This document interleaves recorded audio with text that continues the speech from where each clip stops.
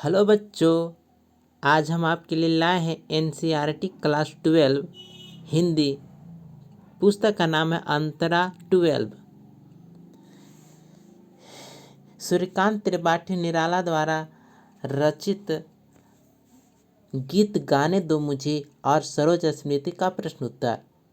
Chapter 2 गीत गाने दो मुझे का पहला क्वेश्चन है, कंठ रुक रहा है, काल आ रहा है, यह भावना कवि के मन में क्यों आई है?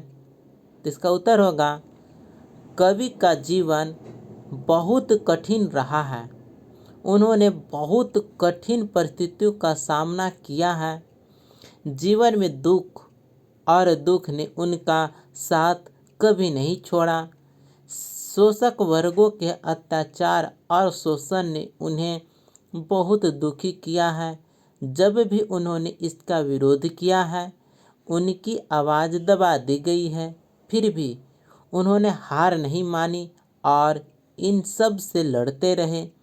लेकिन इन सब परिस्थितियों से लड़ते हुए उसके अंदर जीने की इच्छा खत्म हो गई है और वह मौत की स्थिति में पहुंच गया है और उसे लगता है कि उसका कंठ अब कुछ नहीं कह पा रहा है और उसकी मृत्यु निकट है। दूसरा क्वेश्चन है, ठग ठाकुरों से कवि का संदेश किसकी ओर है? तो इसका उत्तर होगा, कवि ठग ठाकुर शब्द कहकर समाज में व्याप्त कपटपूर्ण लोगों का उल्लेख कर रहा है। उनके अनुसार ऐसे लोग समाज में फैले हुए हैं। उनका निशाना गरीब किसान और मजदूर वर्ग हैं। वे लगातार उनका शोषण करते हैं और उनके जीवन को नरक बना देते हैं। वे सामंती वर्ग के प्रतिनिधि हैं, जिनका मकसद किसानों और मजदूरों का खून चूसना है। आइए क्वेश्चन नंबर 3 की ओर। प्रश्न है, जल उठो फिर सींचने को। इस पंक्ति का भाव सौंदर्य स्पष्ट कीजिए। इसका उत्तर होगा, यह पंक्ति निराशा और दुख से उभरने की प्रेरणा देती है। कवि के अनुसार मनुष्य को एक बार फिर निराशा और दुख से भरने का प्रयास करना चाहिए। यह कविता जहाँ उत्साह का संचार करती है, वही यह उम्मीद भी बांधती है कि संघर्ष को लड़कर दूर किया जा सकता है। इसलिए कवि लोगों को जीवन में निराशा और दुख से लड़ने और उन्हें जीवन में आगे बढ़ाने के लिए प्रेरित करता है। आइए क्वेश्चन नंबर 4 की ओर। प्रश्न है, प्रस्तुत कविता दुख और निराशा से लड़ने की शक्ति देती है, स्पष्ट कीजिए। इसका उत्तर होगा, प्रस्तुत कविता को पढ़कर प्रेरणा की भावना का संचार होता है। कवि के अनुसार आज का समय दुख और निराशा से भरा है। जीवन कठिन और संघर्षपूर्ण हो गया है। इसके लिए जरूरी है कि मनुष्य संघर्ष के लिए तैयार रहे। हाथ पकड़कर और कठिन समय से बाहर निकल ही संघर्ष ही एकमात्र उपाय है। इसके बाद सरोज स्मृति का प्रश्न उत्तर करेंगे। सरोज स्मृति, जिसे सूर्यकांत त्रिपाठी ने अपने शब्दों में लिखे हैं, इसका प्रश्न उत्तर इस प्रकार है। पहला प्रश्न है सरोज स्मृति का, सरोज के नववधू रूप का वर्णन अपने शब्दों में कीजिए। तो इसका उत्तर है, कवि के अनुसार उनकी पुत्री सरोज विवाह के समय कामदेव की पत्नी रति की भांति सुंदर दिख रही है। जब वह धीरे से हंसती है तो मानो दामिनी यानी बिजली उसके होठों के बीच फंस जाती है। शादी की खुशी को लेकर उनकी आंखों में चमक है। रूप और गुणों में वह अपनी माँ की छाया को प्रतिबिंबित कर रही है।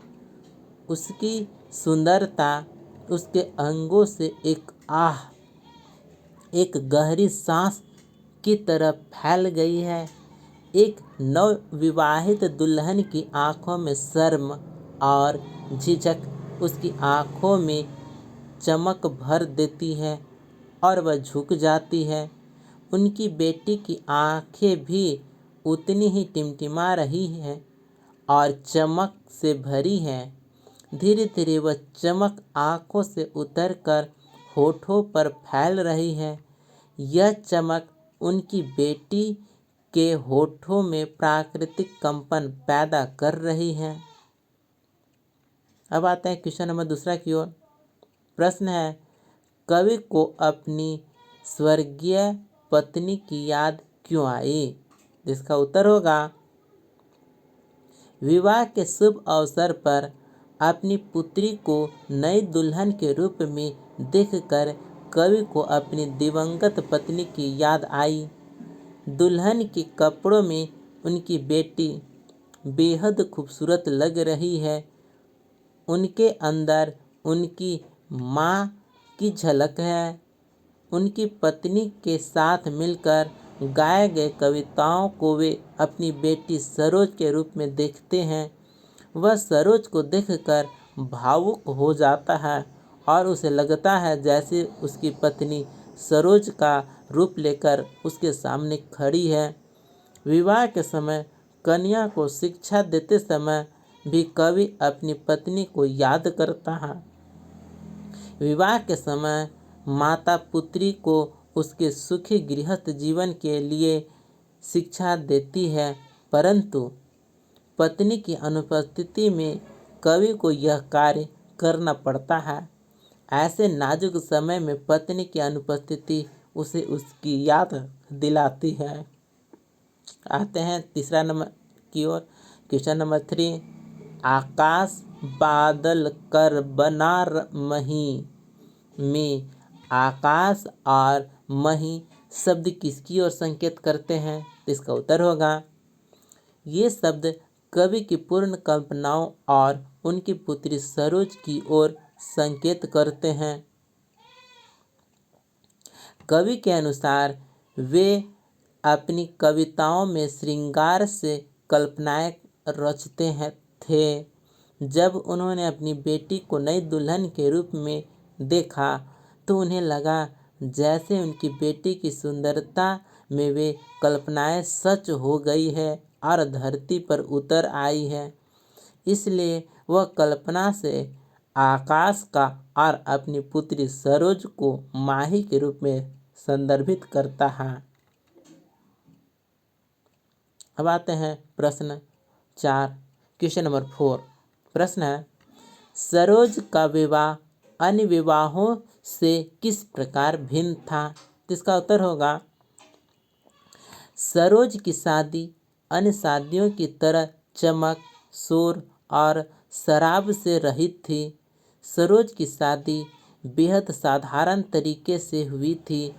इस शादी में सभी रिश्तेदारों, दोस्तों और पड़ोसियों को आमंत्रित नहीं किया गया था, लेकिन यह परिवार के कुछ सदस्यों के बीच मनाया गया था।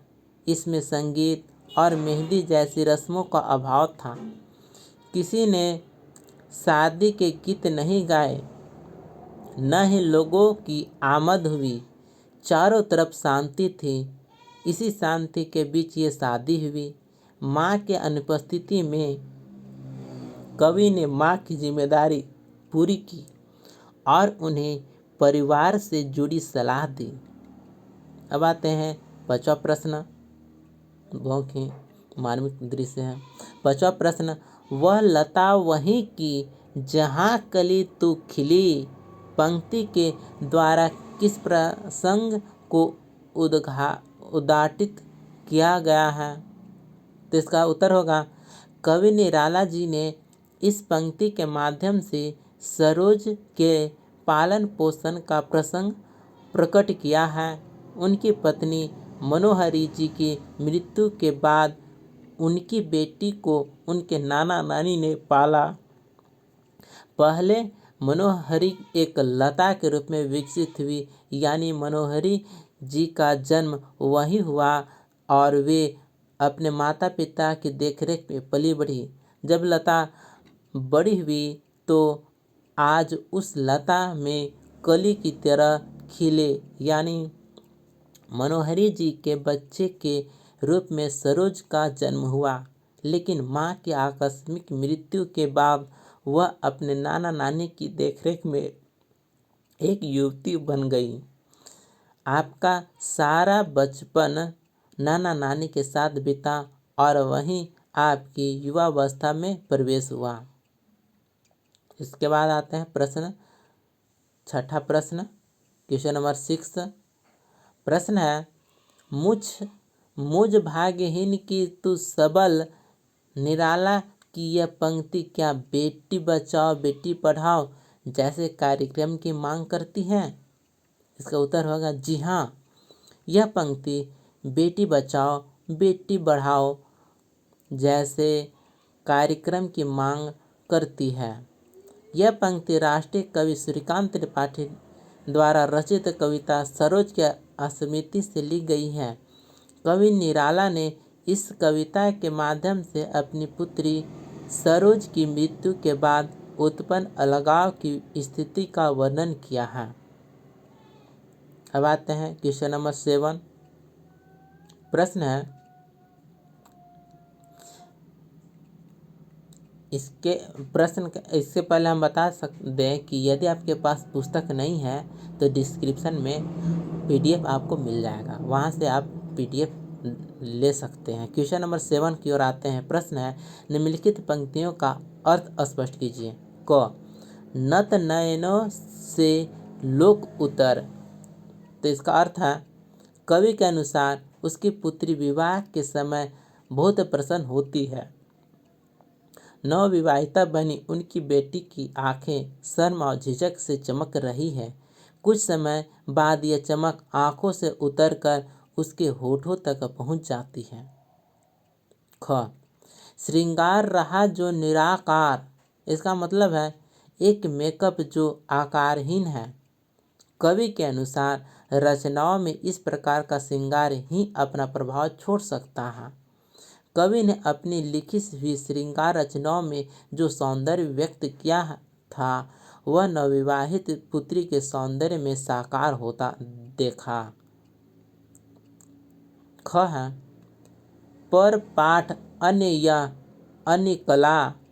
तो इसका भावार्थ है, अपनी पुत्री को इस पंक्ति में देखकर कवि अभिज्ञान शकुंतलम की रचना की नायिका शकुंतला का ध्यान आकर्षित करती है। शकुंतला अपनी बेटी सरोज से मां रहित होकर मिलती है। पिता द्वारा पाला जाता है और शादी में मां के स्थान पर मां के कर्तव्यों का पालन करता है। लेकिन सरोज अपने व्यवहार और शिक्षा में शकुंतला से बहुत अलग थी, इसलिए उनका कहना है कि यह पाठ अलग है लेकिन कहीं मिल जाता है और अन्य विषयों पर यह पूरी तरह से अलग हो जाता है। घ है, यदि धर्म रहे नत सदा मात। जिसका भावार्थ इस प्रकार है, वर्तमान पंक्ति में कवि अपने पिता के धर्म को निभाने के लिए कृत संकल्प है। वह हमेशा सिर झुकाकर अपने पिता के धर्म का पालन करता है। तो इस प्रकार से सूर्यकांत त्रिपाठी निराला का कविता गीत गाने दो मुझे और सरोज स्मृति का प्रश्नोत्तर यहीं पर समाप्त होता है। यदि आपके पास पुस्तक नहीं है तो डिस्क्रिप्शन में आपको लिंक मिल जाएगा, वहाँ से PDF डाउनलोड कर सकते हैं। और अंतरा क्लास 12 और NCERT हिंदी का सारा प्रश्न उत्तर, सभी प्रश्न उत्तर एक प्ले लिस्ट में बनाकर अपलोड कर रहा हूँ, तो आप सभी वीडियो को कृपया देखें और अन्य दोस्तों के साथ इस वीडियो को शेयर करें। मिलते हैं अगले वीडियो में, तब तक के लिए जय हिंद।